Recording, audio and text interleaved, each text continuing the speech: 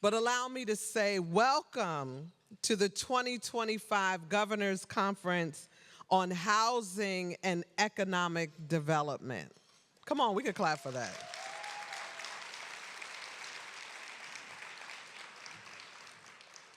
I believe that I speak for the NJRA.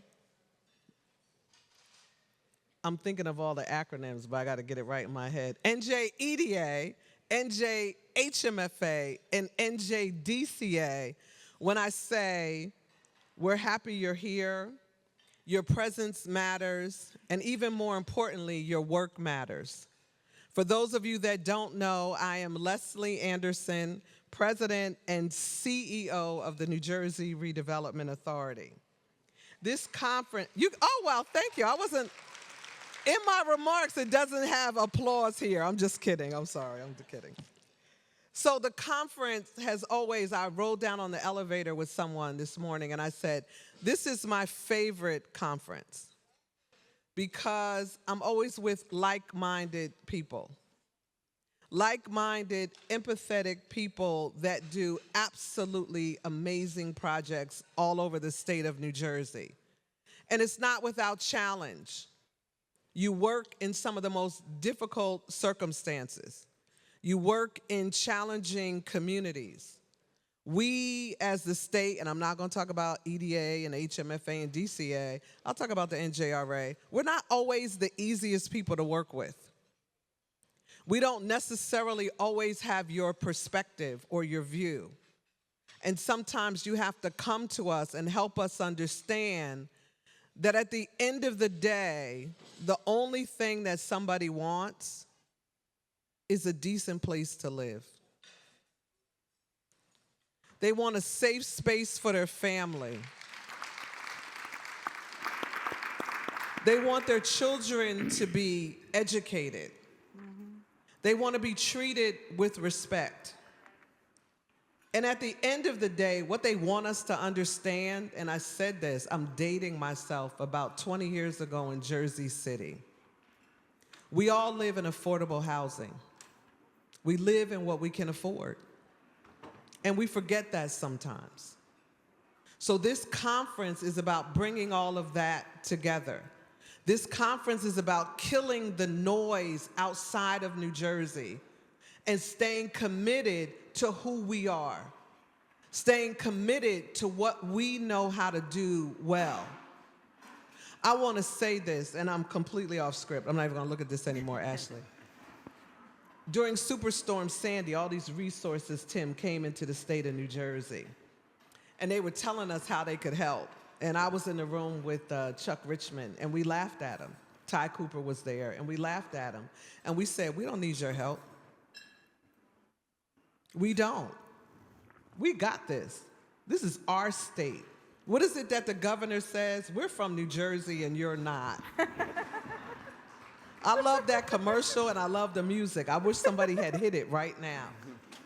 But that's what it is. We're from New Jersey, and you're not.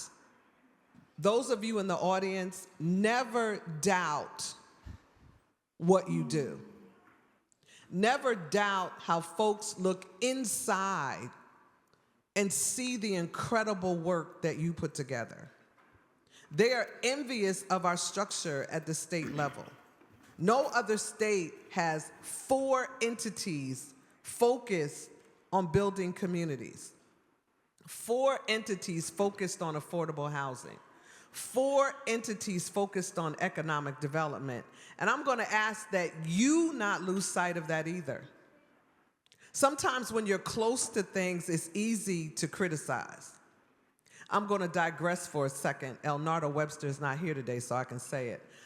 I'm a graduate of Penn State, and I love football, particularly Penn State football.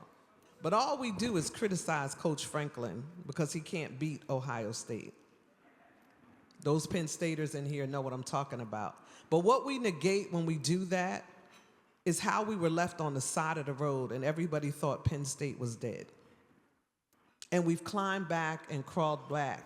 And last year we played in the college football playoff. Because sometimes we can't focus on what's positive because we're so used to what's negative. If you don't leave this conference with anything else, focus on two things: why you do this and what's positive. It's critical. It's going to get us through this challenging time. Don't lose sight of who you are and what you have the capacity to do. Over the next 2 days, we're going to talk about tough and challenging projects. You're going to build new relationships. Don't leave here without meeting somebody new. Approach us from DCA, EDA, HMFA, NJRA. We work for you. Mm-hmm. I'll say it again. We work for you. That's right. Don't leave here not knowing and understanding who we are and what we can do to help you. I'm excited for 2025.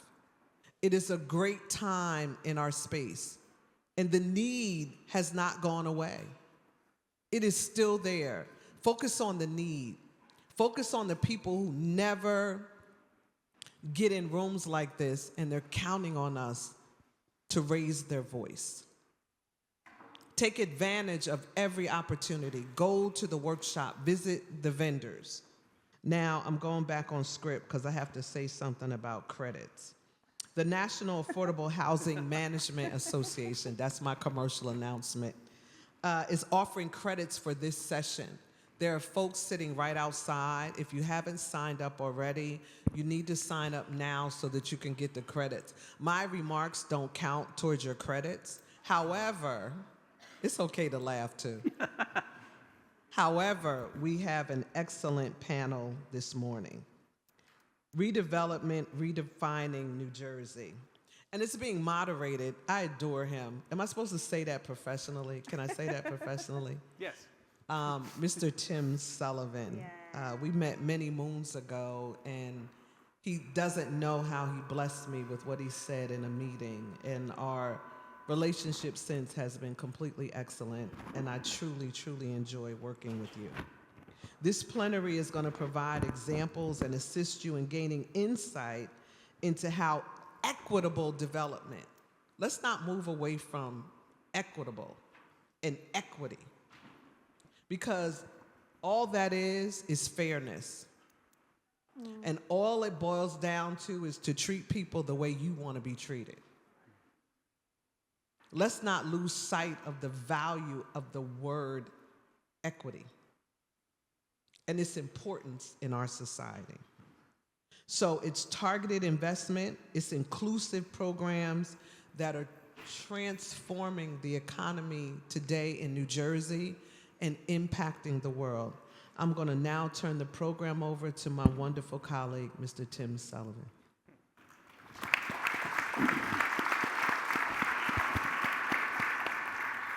Well, first of all, thank you, Leslie, for that really, really kind introduction. I hope you know I feel the same way about you. Great to be with everybody. On behalf of Governor Murphy, Lieutenant Governor Way, the entire Murphy administration, again, thank you all for being here. Thanks for taking the time. It's a busy time of year.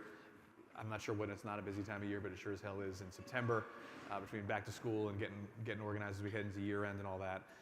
So really appreciate everyone taking the time to be here. I'm joined by a panel of three extraordinary folks, two extraordinary colleagues, and one extraordinary representative of certainly one of my favorite projects. You're not supposed to pick favorite projects when you have a job like mine, but the Netflix project at Fort Monmouth is certainly toward the very top of the list of favorite projects and most impactful projects that are going on in New Jersey. Let me briefly introduce the panelists. I'm going to do a little table setting and some context setting, then we'll jump into it with some questions. I'm going to not use any of the pre-prepared questions, just so Kara punches me in the face on live TV, which is it's in play. It's in play. Hi, Kara.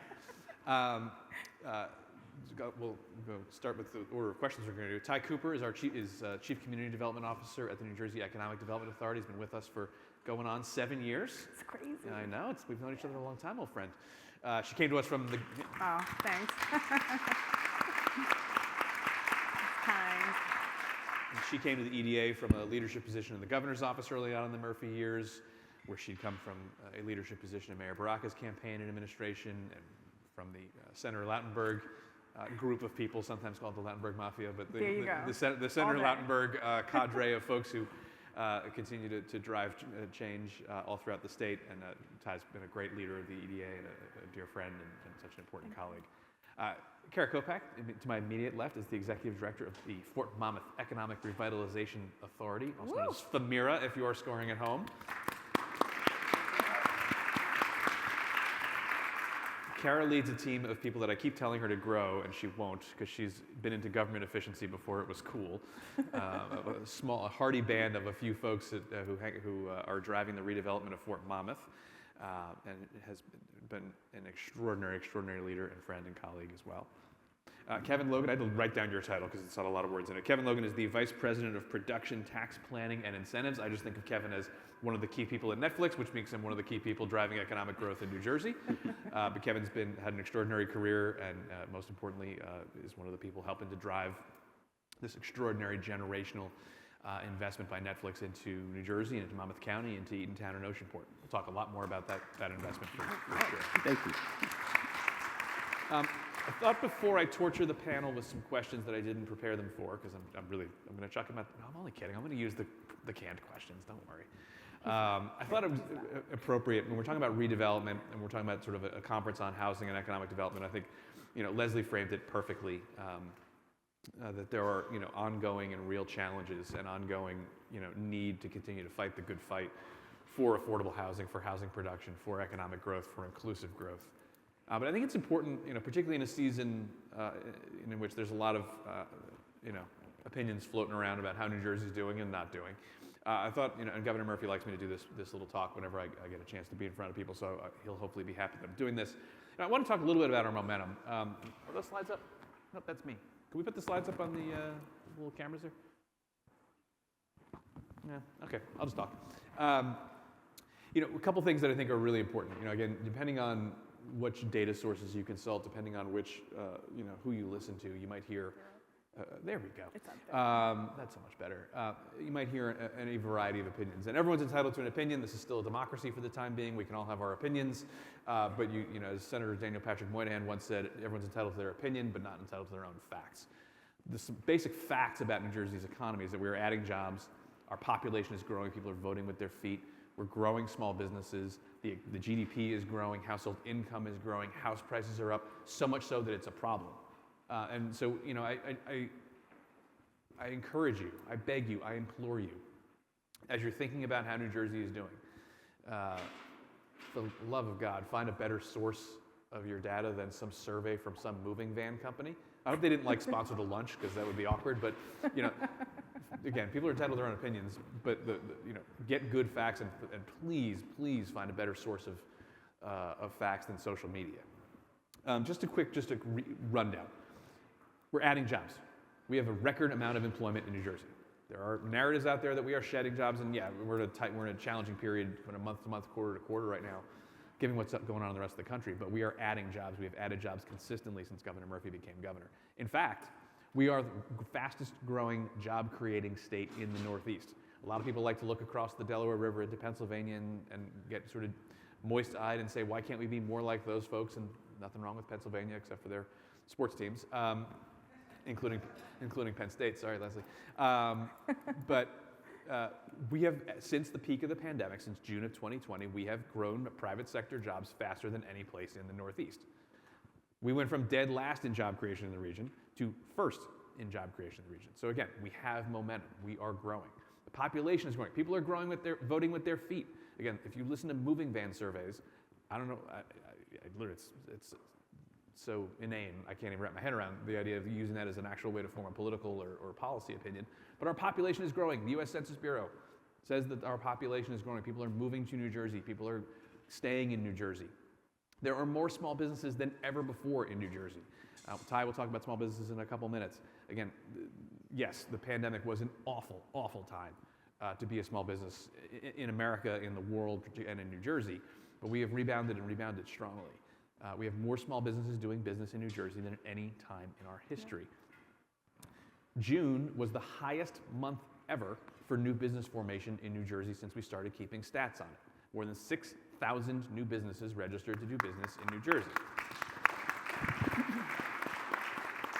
But that is what, if you are a data wonk, and I I sort of moonlight as a data wonk from time to time. That is our high propensity business filings. That is not LLCs. That is not somebody creating a dummy corporation for the purposes of building a house or something, or building an apartment building, all of which is fine and well, but those don't create a lot of jobs.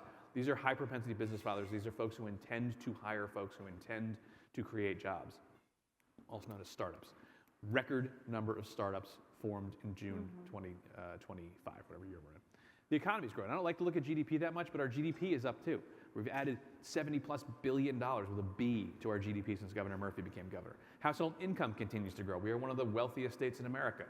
By the way, we are also one of the most unequal states in America, and that is a huge problem. We're thinking about inclusive growth. We're thinking about intentional deployment of resources. We got to keep that in mind. But I'd rather have this chart up and be at the top of the pack than be at one of the states that's at the bottom of the pack from a household income perspective.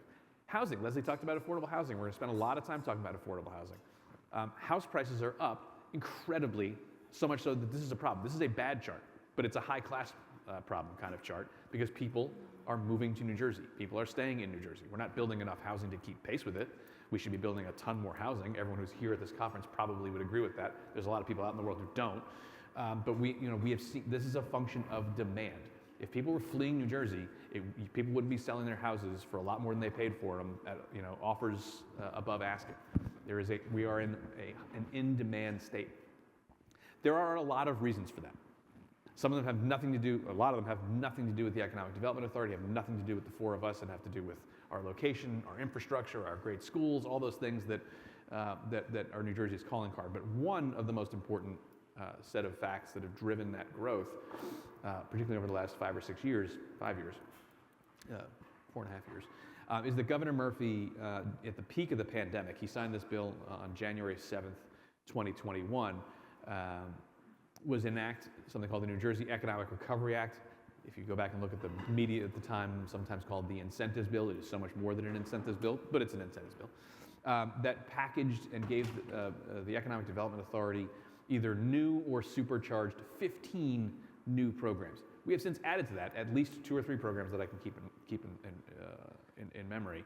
And it really, I think, speaks to how Governor Murphy and the entire Murphy administration have thought about economic growth, which is pretty comprehensively. Yes, there is a corporate tax credit in there. It's called Emerge. We don't use it that often because that's, I think, appropriate. But there is a tremendous amount of housing-related tax credits in there through things like the Aspire program, which also helps support film studios, which we'll talk about in a couple minutes.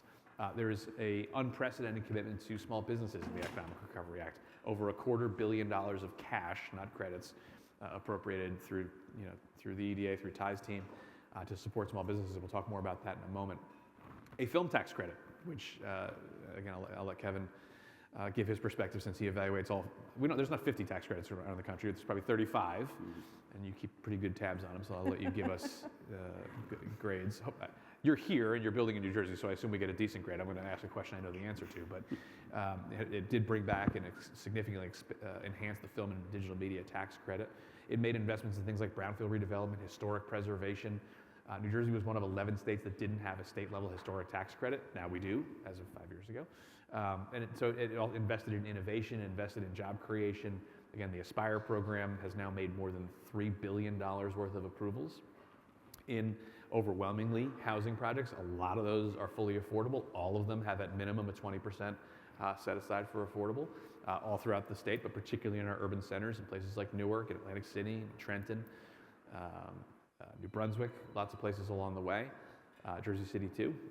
And so, really a really potent and impactful set of tools to drive the economy forward. So again, when we think about momentum, by the way, I didn't show you all the data. There is data that is countervailing. Again, you could look at inequality. You could look at the fact that energy prices are really challenging right now. You could look at the fact that you've certainly seen some layoffs and some flattening out in the jobs data. I think you'd point to some federal trends as reasons why those things are happening, at the risk of editorializing, but I won't. But certainly there are challenges. That's not to say there's not challenges and a lot of work to be done. We still have yawning inequalities. We still have downtowns that are not fully as vibrant as they could be. We still have people who are looking for work. We still have folks who need training and skill development. We have land that needs redevelopment. That's what we're here to talk about this morning and how we attack that. But again, the momentum that Jersey has, the swagger that Leslie was describing in her opening remarks is very real and very justified and it's very fact-based. But we got work to do. We got to keep going. And so with that, I'll open it up to the panel. I'll start with Ty. So Ty, we talked about in my little intro here, we talked about small businesses. We talked, and I think Leslie again set the right tone around inclusive growth, equity. Still good words around here. Those have become bad words in some places. Those are still good words around here. How have we thought about, and how have you in your leadership position thought about small businesses as key to our development strategy, and what kind of resources we deployed, and how have you thought about the intentionality that has been built into those programs? No, so a couple things. One, I'm glad that you also included the fact that we still focus on equity, we still focus on access.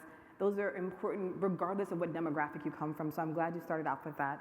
And I will say, COVID was such an incredibly challenging time, especially for so many businesses.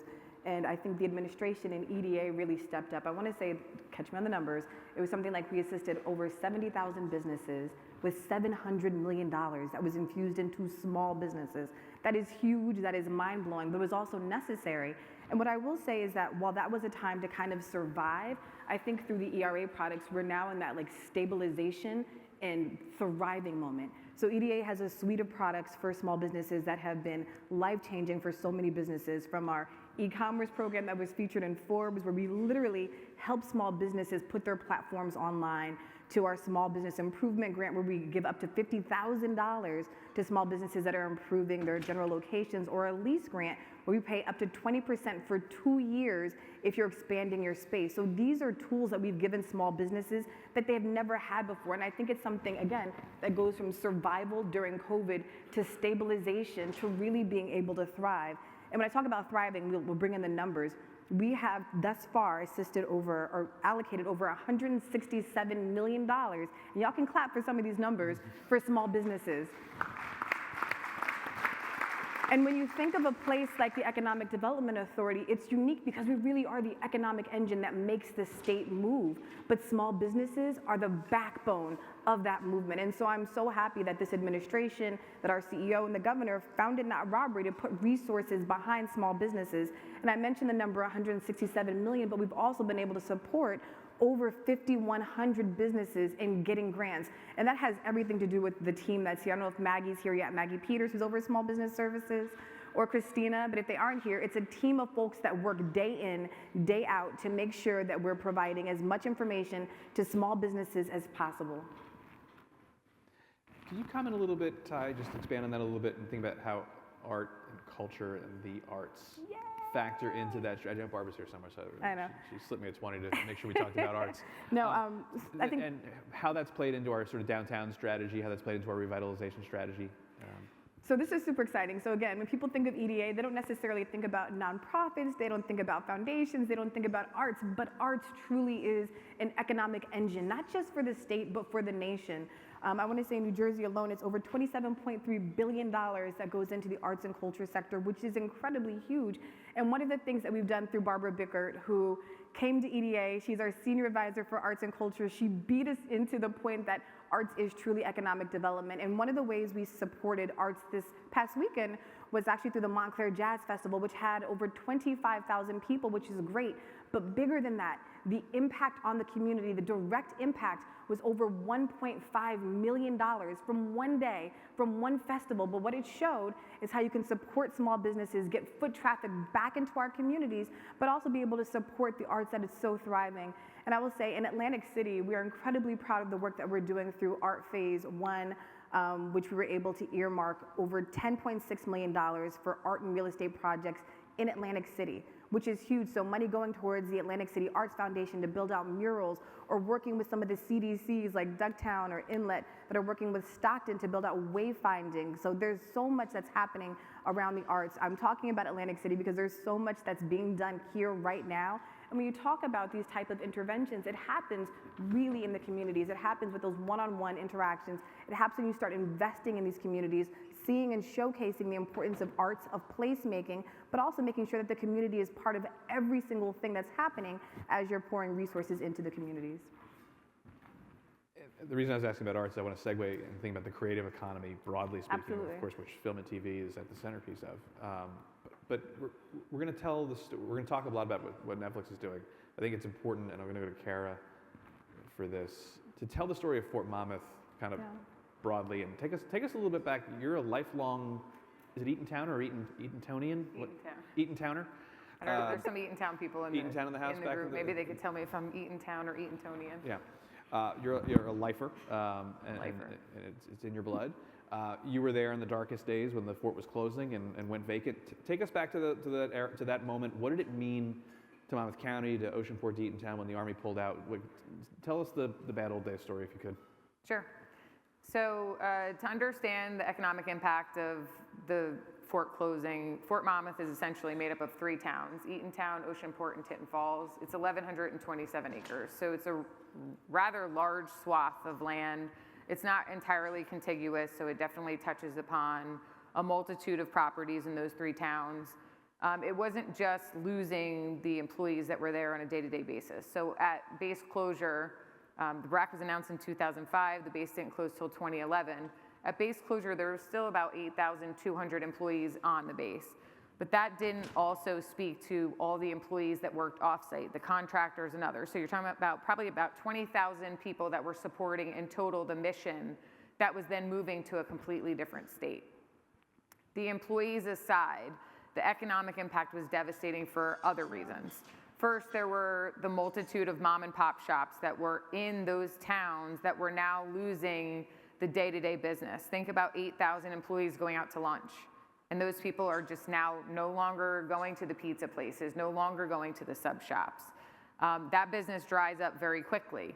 Then there's suddenly a housing surplus very quickly where everyone's leaving and they're moving and selling their houses. Who's moving in? You have a brain drain. It's essentially all these careers, attorneys, architects, scientists are out, all now leaving the state, so people might not necessarily even be able to afford the same housing in that location. And then you have the students. So Eatontown actually had all the students for all of Fort Monmouth. They took them into their school system. The schools then had that entire population go away in the school system, which meant they had to kind of redistrict their own schools to prevent a school from shuttering. So you went from a thriving marketplace where the economic development was around $2 billion to nothing. And the weird misnomer here is that when you close the base, you don't immediately have the keys to the kingdom. The Army still owns the base until whoever is the revitalization authority or redeveloper takes over. So in our instance, it was FEMERA. Sometimes it's a more local entity. We didn't take over immediately in 2011. We actually didn't take title till 2014 in one aspect and 2016 in another. So those buildings and that property just sat for years. And that meant those businesses couldn't justify staying open for 6 months to triage. It was, I'm triaging for 5 years worth of a closure, and they couldn't make it work. And people will tell you it was absolutely devastating. So the impact was real. I'm glad to say, as we discuss it, as we go, that that's not the case anymore, but it certainly made us all kind of reevaluate how do we make our towns better and what resources does the state have that we can help with the revitalization of the local community.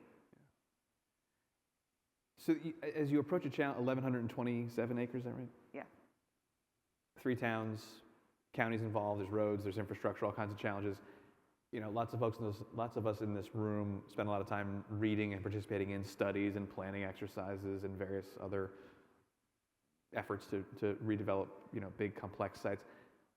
Over that 10, 15, 20-year period that it's now been since the beginning of the end of Fort Monmouth, or the beginning of that chapter of Fort Monmouth back to 2005, how have you thought about and how have you approached the nature of economic cycles and, being kind of nimble, but also staying true to the mission of redeveloping the fort?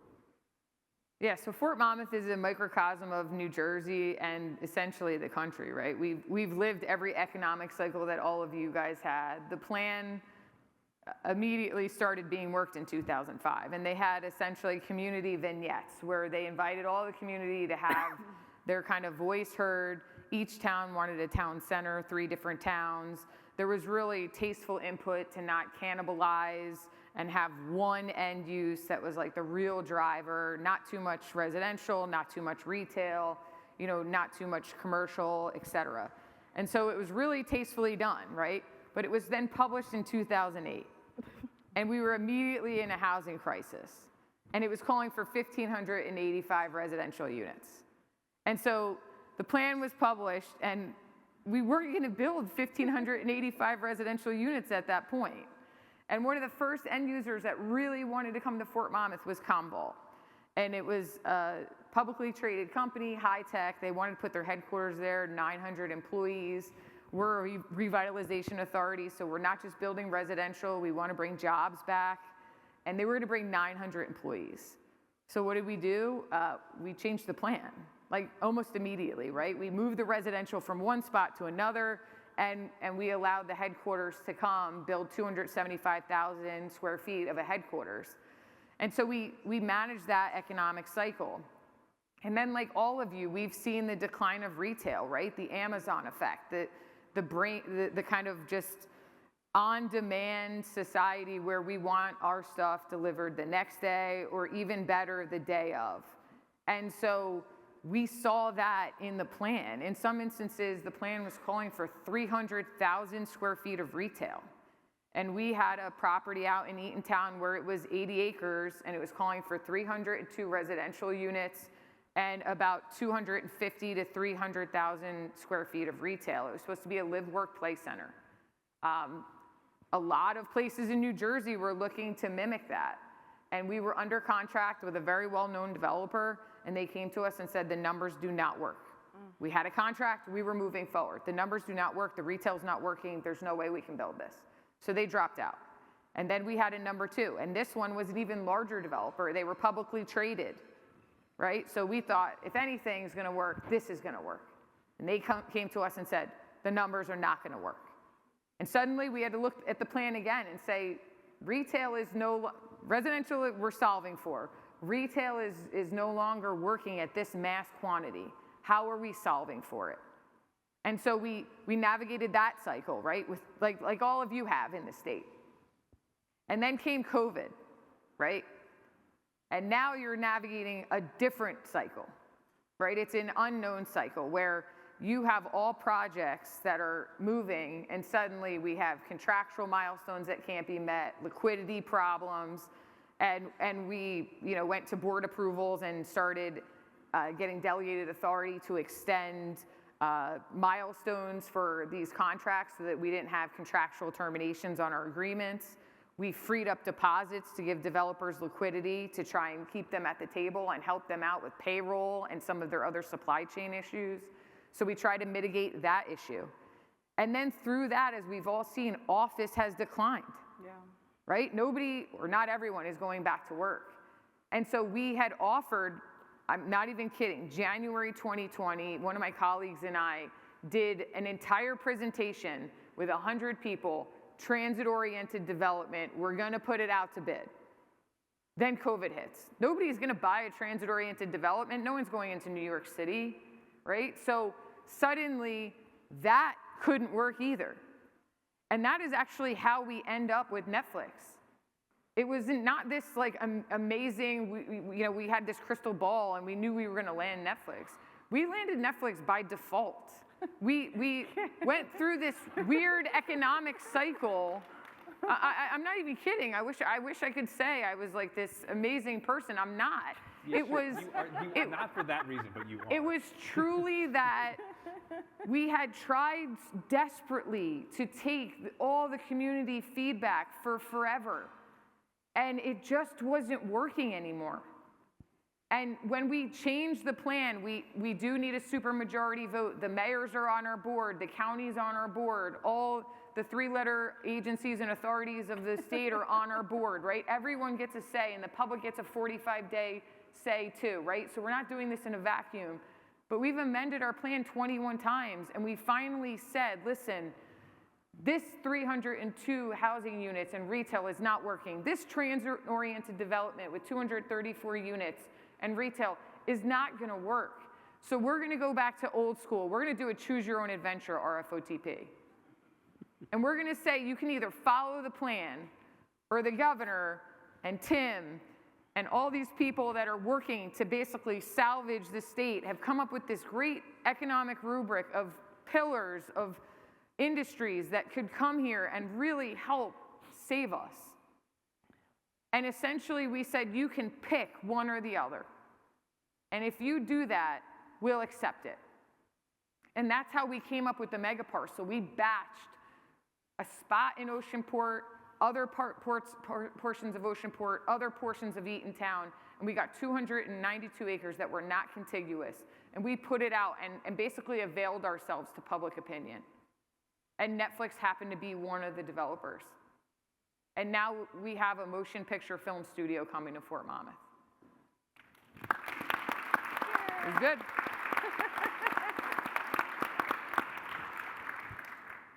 Kara is selling herself short from her genius and visionary perspective in that story, but that is, you know, an amazing story. And then along came Netflix, as they say. Kevin, I'm going to go to you. Sure. First things first, Diplomat Season 3. What's going to happen? I want to know too. Ruin some episodes for us. What can you tell us? I will I've known the lose my Netflix job in about 6 seconds. Yeah, I've known the Netflix team for 4 or 5 years now. I haven't gotten shit from any insight into what's happening, movies-wise, TV-wise. And it's not going to happen today either, Nothing. Tim. Right now? Cameras are on, lights Your are bright. closest Yeah, this is the right time to ask that question. Yeah, for sure. perfect. What's going to happen in Emily in Paris? No, I'm kidding. All kidding aside, yeah, obviously, we couldn't be more excited with Netflix's major investment. Pick up Kara's story a little bit and tell it, reverse the lens a little bit. Obviously, Netflix doesn't need much introduction. Everyone knows it, but it was obviously the pandemic was happening to everybody, including you all, and you know, business models were shifting rapidly. And how did you come to find yourself interested in Jersey? Why? And tell us a little bit about the investment, actually, because not everyone maybe knows the story. I think people hear Netflix in Fort Monmouth, that must be cool, but tell us a little bit more about the plans are. Sure. And first of all, Kara is amazing, and I'll echo Tim's statement that she's selling herself short. There was a lot that she did that got us to where we are today. But, you know, we weren't sitting around and we're just like, hey, what about Fort Monmouth, right? That's not what happened. It was a bit of fortuitous timing where Governor Murphy had just entered office. And as you guys know, he's a bit of a fan of the film industry. I think he qualifies himself as an actor. I'm not sure how true that is, but we'll see how that goes. And he has like his card or anything. Yeah, he does have his card. But he came out. He came out to Hollywood and did sort of a show, right? And met with all the studios. And at the time, we were asked, and I was part of the team that does this work. So just so you know, just a quick summary of what I do. I'm tax lawyer trained with a passion for film and television production, but also economic development. So I get to do all those things with the education that I paid for, which has made my parents proud, right? So, but I was part of this team where, you know, our co-CEO, Ted Sarandos, who at the time was our chief content officer, had a vision. He wanted an East Coast production hub. He had in his mind the amount of volume that we were going to produce, right? Film and television. Very passionate about the industry. None of us really understood how serious he was about how much content he wanted to create, right? So we were off on this journey to find an East Coast hub and his vision, right? So how do we effectuate that? Governor comes out, we start talking to the governor, and things just happen, right? We've got this space down in Fort Monmouth. You guys should look at it. It's an old Army base. The more we learned about it, the more we were intrigued by it, right? And then when we came and we saw it, I mean, for those of you who've been down there at Fort Monmouth, maybe not now because we've demoed some of the buildings, it probably looks a little bit better. But when we first got there, you had to have a certain vision to see what it could be, right? And a lot of the folks that work on this team have that vision. So when we saw this property, the expansiveness of it all, and then obviously got to work with the local, you know, the local towns, the governments, right? Both mayors, everybody, Karen, her team at Femera, it just all came together, right? So this, just from a pure size perspective, fits not only what we're building now, but also gives us room for any future expansion, which is the hope for everybody. But it just fits in perfectly with the needs of the business, right? We need this type of space to build these large structures, these studios, where inside the four walls, not unlike this, we can create other worlds, right? You know, the stuff that we all see on film and television, it looks like a nice cozy home or a house or a school or this. A lot of that stuff is Hollywood music magic that is done in big buildings like this, and that's what we're putting up in Fort Monmouth. Not the only thing we're putting up in Fort Monmouth, but, and that's how it came to be. And it was just a great partnership with the governor and the EDA. And like I said, in the towns of Oceanport and Eatontown, it's just been fantastic with Femera really steering the ship for all of us. So it's been a really incredible journey to here. We still have a bit to go, right, Kara? I'm not jinxing us, but we're in really great shape, and we're all really excited. Can you talk, Kevin, a little bit about the economic impact? And again, I tell this story a lot. It's really exciting when Adam Sandler's in town making Happy Gilmore 2, which I thought was awesome, by the way. I got no previews. I got no nothing. I watched it on TV like everybody else. They filmed in 20-something towns. So it's exciting when the celebs are in town, but talk about what it means for small business impact, for local community impact. Can you talk a little about how Netflix is approaching, particularly in Oceanport and Eatontown and Tinton Falls, but really throughout Jersey, local impact, diverse supply chains, all that?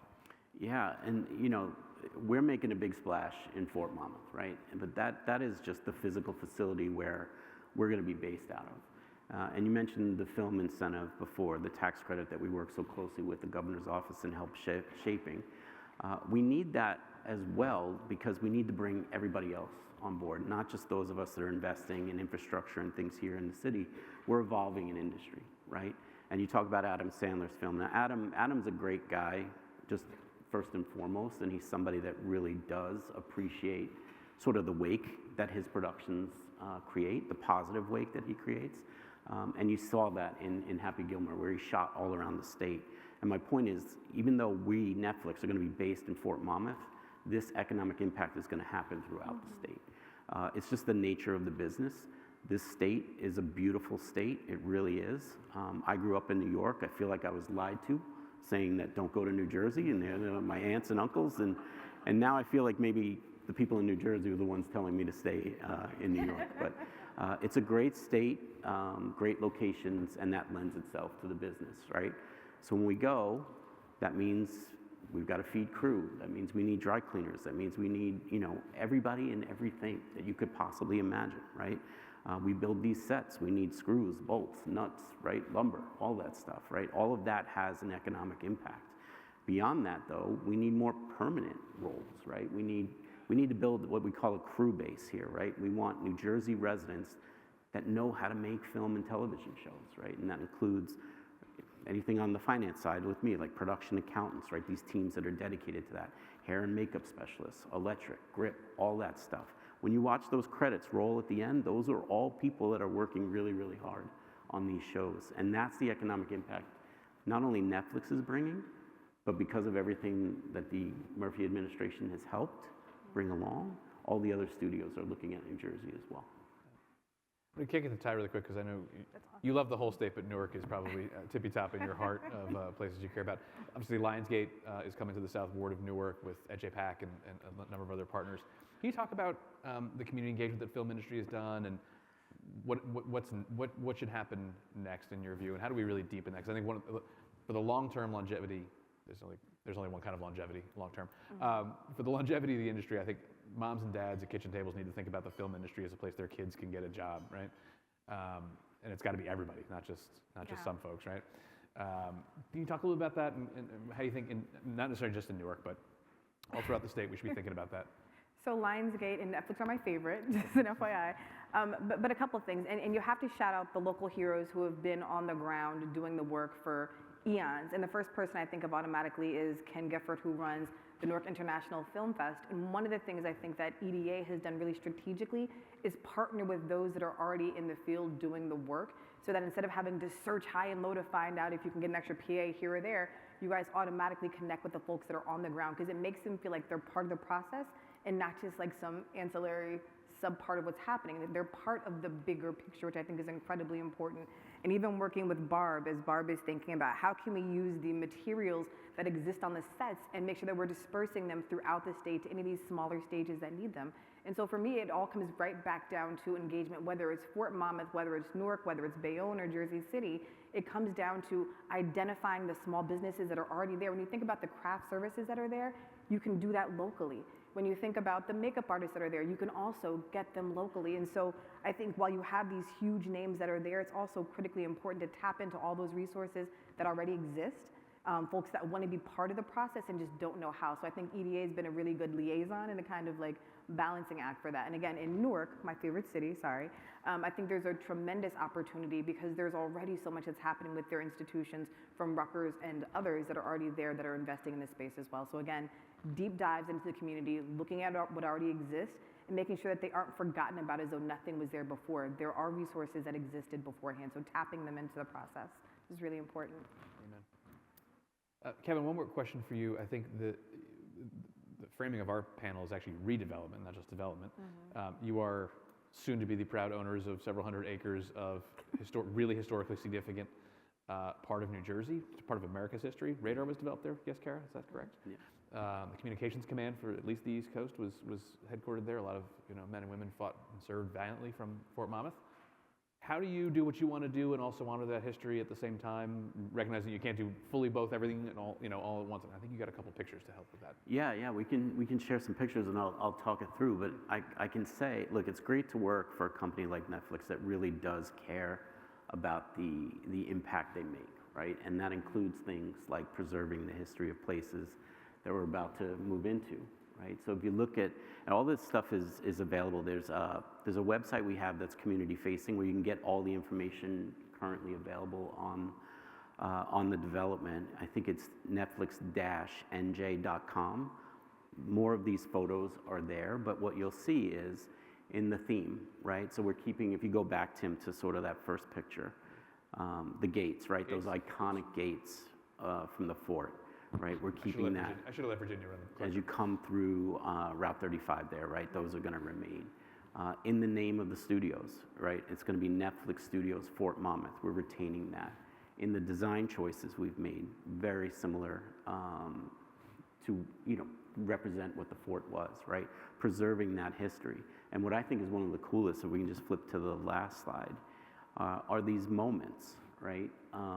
So a long avenue of memories were the memorial markers. We're going to take those, reestablish them, I think, in a location at Cowan Park, right, Kara, and really beautify it and really honor those folks from the past. But then here along this beautiful walkway we're going to have these moments that are going to describe points in time from the fort, right, meaningful points in time. We've actually engaged a professor from Monmouth University who wrote a book on the history of Fort Monmouth, who's going to help us draft those moments, which I think is really, really cool, right? Somebody who's personally attached to the fort. So these are the things we're doing to preserve that history of it, while also moving forward, right? And discussing, evolving this new industry and doing all the things that, Ty is talking about and engaging with small businesses and coming together. Like it really has been, I can't stress this enough, a true partnership in bringing this here almost at every level. And we're really excited about it. Awesome. I want to take us, we've been started talking about some of these more grandiose and big high flying sexy things like Netflix building a big studio and having all these wonderful things. Kara, on the Fort Monmouth side, I would take it down literally below the surface to the less sexy but no less critical parts of how you get a big project like this done. It seems like infrastructure, water, sewer, power, whatever else you've been up to, I forget. You should tell the story, but you had a beautiful piece of property with not beautiful infrastructure attached to it. How'd you attack it? How are you attacking it? What's been the plan there? Yeah, so the infrastructure was a bit of the Wild West, to be candid. When we bought the property from the Army, we also took title to the infrastructure. And we're like the EDA in that we pay our own salaries and we self-fund. So the only way that we can pay for infrastructure is when we sell property. And so we were only able to replace infrastructure in a piecemeal basis. So 500 linear feet here, 1,000 linear feet there. And we had inherited the electric, which means substation and distribution lines, pump stations, because the sewer system was not built out according to gravity. So there were pump stations to pump the sewage. And then water lines. So I'm going to take each utility individually, but the real game changer for us was the infrastructure funds that the federal government and the state started to distribute out. That really changed the game and accelerated our development because the piecemeal approach absolutely was not working. So when we took title to the utilities, the water lines were sized for the height of occupation during the Korean War, which is about 30,000 soldiers. So they were oversized at about 36 inches, which meant when we went from 8,200 people to 100 and then even less, the water was immediately not potable, which meant we needed to flush it all the time, open the hydrants, try to get the water moving. So we needed to move very quickly to get the water done, because who's going to be a developer that comes to Fort Monmouth without potable water? No one. So we worked with New Jersey American Water to try and wholesale replace the water system. And what happened in doing that was we were able to connect New Jersey American Water, that up to that time had isolated systems around Fort Monmouth, to have interconnectivity through Fort Monmouth, brand new mains that were now sized appropriately, 24 inches, 8 inches. And we were also able to give New Jersey American Water a 4-acre parcel on our property without being subject to NIMBY, because there were no neighbors yet. That was a 2 million gallon water tank that would help with storage and pressure in the area. So they were able to get something that they needed regionally, and we were able to create interconnectivity for water mains on the site and get potable water. So we checked that box with those infrastructure funds. The second thing was targeting the sewer pump stations. No sewer authority is going to accept a pump station. They are not cost effective. And so we needed to redo all the lines and make them gravity. Some of the lines were also clay terracotta. I didn't know a ton about sewage, but if you know what a clay terracotta pipe is that you would actually put a pot of like a flower pot in, you probably don't want your sewage running through it, okay? They were broken underground. There was infiltration, so we had to replace those secondly. So we had to untangle all the sewage and have them go to 3 different sewer authorities, because why would it be easy? So Oceanport is a member town of Two Rivers Water Reclamation Authority. Eatontown has the Eatontown Sewer Authority. They're a customer town of Two Rivers Water Reclamation Authority. And Tinton Falls, the borough, has their own sewer authority. So we had to make sure they were all not only now gravity, but completely untangled from one another and running to each different meter location. I'm happy to report that is now done. And then finally, the electric. We were running off of a 4160 line, really old substation, really old distribution. Unfortunately, we're still on that system. So JCP&L has $9.2 million of our money. We almost have the substation fully built out by JCP&L. The distribution has been bid out, and that will be constructed. And then the service lines need to be finalized. We owe Netflix 10 of a 22 substation before they close. They're supposed to close on December 5th, so we're a little bit frenzied in making sure that gets built. And then we'll be out of the electric business, because right now, we, 7 of us, are the electrical provider for all the residences and the businesses on Fort Monmouth. So we're super thankful for all the folks that were directly responsible for giving infrastructure funds to us. And it is a shining example of how infrastructure funds can actually work, because a lot of the developers were then given the green light to move forward, because they knew there was a finite time for which they would have utilities to be able to do the redevelopment that they planned to do.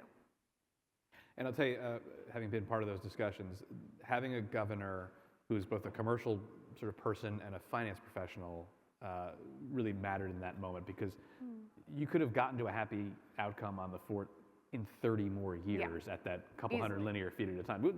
You know, it's New Jersey. It was going to get redeveloped. But you don't get something as, you know, a big bang like Netflix. You don't get the rest of the surrounding development. You should talk about what else is going on at the fort. But You can make that happen faster, and faster means you're saving money, which means your upfront investment gets paid back faster in taxes and jobs and community revitalization, or however else you keep score. And putting that money up front, I think, was a game changer, because going inch by inch is a really lousy way to go through life. Totally. You do a commercial. I mean, Netflix is the shining star of the Fort Monmouth story, of course, but it is by no means the only actor, featured player, whatever, in the movie. What else is going on at the fort? Sure. So we have 40 projects. Netflix is. I'm also not allowed to have a favorite project, so it's not my favorite. And they're 1/4 of basically the project build out. We have 40 projects. Believe it or not, their capital investment is $848 million, and we actually have another end user on Fort Monmouth that is almost neck and neck with their capital build out. Robert Wood Johnson is building a full healthcare campus there, 100,000 square foot cancer center, 250 bed hospital. So just in those two build outs alone, we're talking $2 billion of capital investment on Fort Monmouth. But some of the things that we're most proud of are the smaller projects. So I talked to you about residential a little bit, and we have over 1,000 houses either built or in the pipeline, and I can assure you we do not have a residential housing crisis anymore on Fort Monmouth from a price point. Initially, when sales started, they were around $600,000. I looked this morning, and there's a house listed for $1.55 million on Fort Monmouth. So the prices are crazy. We're completely sold out. Lennar will be building a 275-unit housing complex there. But we also bring 20% affordable set-aside to Fort Monmouth. So all of our residential developments have 20% affordable set-aside. And what that's done is essentially brought the towns closer to their court settlement. So where maybe some of the towns were dragging their feet or maybe didn't have land available, we were able to do that with the land that had now been freed up, and they've been able to count that toward their settlement. We also have a 24-hour emergency homeless shelter on Fort Monmouth. We have an all-girls private school that does 4 years of STEM high school that's built out there. We have smaller tech companies. We have Commvault that I told you about that was the first end user, ended up getting impacted by COVID. Their workforce did not come back. They sold their building. Does anyone know Bellworks in Homedale? Show of hands, anyone? Yep. Well, they just bought the Commvault building on Fort Monmouth, and they're making a Bellworks 2 on Fort Monmouth. So we're seeing second-gen projects that are just changing the uses, really taking the Netflix momentum and buying in on different end users. They're going to have co-work space and some other things that we're working through to change plans with them on. We're really seeing a lot of success. We've had municipal complexes come online on Fort Monmouth. But really, just a nice the plan ended up working. The affordable ended up still being built, and yet we still ended up with an East Coast hub for Netflix, along with a huge healthcare campus. So Fort Monmouth is thriving, and no, it's not according to the 2008 plan, but it's super successful, and we're super thankful for the partners that are sitting here. But really, the partners that are in the room. There's no universe that Fort Monmouth gets to where it is without everyone rowing in the same direction. And this is a completely nonpartisan thing. I mean, both sides of the aisle are rowing in the same direction for Fort Monmouth. And I can't be more grateful for everyone realizing that this is bigger than us. And it's just been wildly successful because of it. Amen. We are almost at time, and we're almost heading to the breakout sessions and such. Last word from each of you. I'm going to go reverse order of how I started. So I'm going to go Kevin to Kara to Ty. Ty, you get the walk off. Something you're excited about, either that we've talked about today, or just buzz around. Feel free to bring in some new topics. Something to look forward to, either at Fort Monmouth or in Jersey over the next 6 to 12 months. Well, I mean, I'll stay in my lane. We'll talk about all the film and television production we're doing here. Just on the feature film side, in 2025, by the end, we'll have shot, I think, 12 feature films. We'll have, I think the next big release we have coming up is a Catherine Bigelow film called House of Dynamite. I believe that's somewhere around October, November-ish when that comes out. And then early 26, we've got a Matt Damon, Ben Affleck film called The Rip, which is exciting. But look, I'm a fan, just like everybody else, of film and television. It gets, I get as excited as everyone else. But really, it's the productions, it's the economic impact, it's everything that we're doing, seeing, working. That's what really gets me excited. And just like I said, on behalf of Netflix, I can't stress enough how thrilled we are to be in New Jersey. Kara. I think for me, I'm going to start at the beginning, which is the impact that it had on the towns and how much it decimated them. If I'm looking forward to see the positivity that comes out of all the things that we're doing. We're removing blight. Netflix doesn't even own the property. They've already taken down 8 of the buildings that were monsters, 50,000 square feet at a clip. And they have to take down 85 buildings. Lennar is in the middle of taking down a bunch of blight in Eatontown as well. I think that is going to have a cascade positive effect on the economy, on the downtown of Eatontown and the rest of the surrounding towns. So in the next 18 months, I'm looking forward to seeing those mom and pop shops regenerate outside of Fort Monmouth and really see that Main Street come back. And that will be kind of the full circle moment. Amen. I love that. Ty Cooper, you get the walk-off. One thing you're looking forward to. Because we're in Atlantic City, there is an Atlantic City bus tour that's happening. So all the great things that EDA has been involved with, along with DCA, HMFA, and NJRA, make sure you check out the bus tour. And also following this, because we talked about the importance of arts as economic development drivers, there's an arts panel happening shortly after. So those are my shameless plugs for what's happening. Awesome. Well, please join me in thanking Ty and Kevin and Kara for an extraordinary discussion about a really exciting topic.